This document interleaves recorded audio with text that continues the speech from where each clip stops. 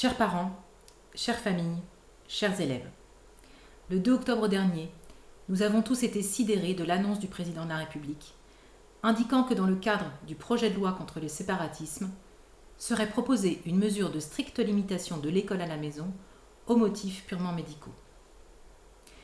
Cette mesure nous a heurtés, en particulier en raison de l'amalgame qui a été fait à cette occasion entre école à la maison et séparatisme.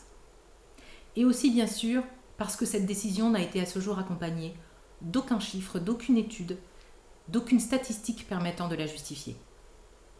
Très rapidement, nous avons réfléchi aux actions que nous devions mettre en œuvre pour défendre cette liberté fondamentale pour chaque Français de pouvoir choisir le mode d'enseignement pour ses enfants. Et vous avez été nombreux à nous demander ce que vous pouviez faire. L'un des enjeux majeurs, et nous avons eu l'occasion de l'évaluer en interpellant certains élus ces dernières semaines, est de faire connaître l'école à la maison, de faire connaître la diversité des parcours, des profils et des situations qu'elle recouvre. En effet, la très grande majorité des Français et de leurs représentants élus méconnaissent ce choix d'instruction et en ont une image empreinte de préjugés et d'idées reçues qu'il va nous être indispensable de combattre.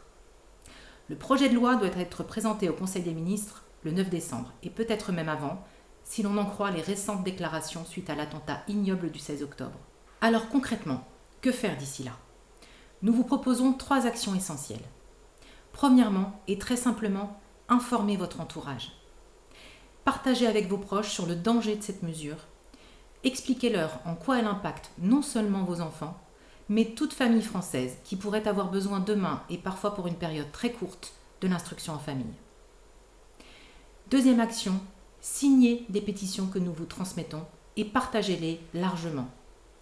Sachez qu'à partir de 100 000 signatures, une pétition peut être publiée sur le site de l'Assemblée nationale et qu'à partir de 500 000, soyons ambitieux, elle fera l'objet d'un débat public à l'Assemblée et nous pourrons ainsi faire entendre la voix des familles qui font ce choix d'instruction. Si chacun d'entre vous signe et parvient à faire signer cette pétition à au moins 10 personnes, et de les inviter à la partager bien entendu, imaginez l'impact que cela pourrait avoir. Troisième action, contactez vos élus. Il va être crucial de les informer qu'ils soient députés, sénateurs, maires. Écrivez-leur, par mail ou par courrier, expliquez-leur pourquoi vous avez pris cette décision, en toute responsabilité, comment vos enfants sont instruits dans le respect des valeurs républicaines, avec des activités qui leur permettent de développer de nombreuses interactions sociales et d'apprendre à leur rythme. L'idéal serait d'avoir la possibilité de les rencontrer de visu ou en visioconférence, ou encore de leur parler de vive voix au téléphone.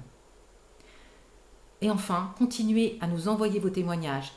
Ils seront précieux pour constituer un dossier que nous transmettrons aux parlementaires.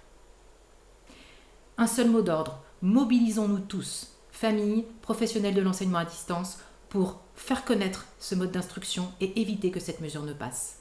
Bon courage à toutes et à tous et à bientôt.